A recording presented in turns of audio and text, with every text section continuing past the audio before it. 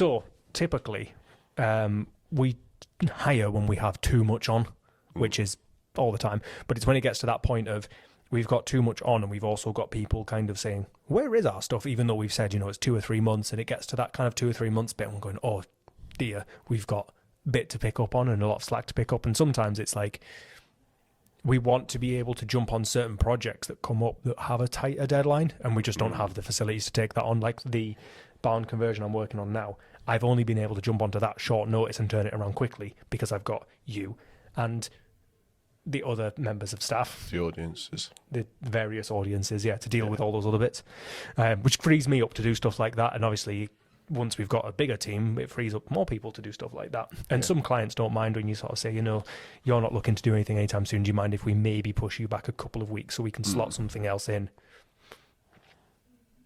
And then you get to planning and you can rely on the plan is just to take too long. Far too long, so you have time to do something else. Well, which is the other thing that with the other major problem we have is we get projects like that where I'm not just saying this to cover our own back, but through no fault of our own, projects are delayed by statutory authority, or we've got to wait for BAT reports to come in, which can only be done between May and September. Like, all of these things can sometimes push and pull. And it just tends to be that 4 or 5 of the big projects all at once all get through planning. All the exact same time. They're all delayed and then they all come through planning at once. And you're like, great. So now I've got 4 or 5. And it's always the big ones, because obviously the big ones are always the most complicated, which takes the most time to get through planning and the most back and forth. And then suddenly you've got 4 or 5 projects, and now... And not to say that smaller jobs don't matter, but when it's a bigger project, it's more significant, especially financially to us. So it's almost like, we actually need to prioritize this. And timescales wise, a bigger job takes longer to do. Like, that's just kind of the ins and outs of it. There's no getting around that. Yeah.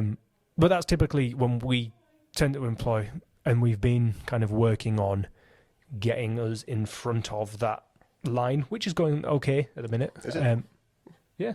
Oh. I don't think we're doing too bad. Like, we're booked up. Well, we are now. Second week of March. We're booked up but till. We're not necessarily rushing.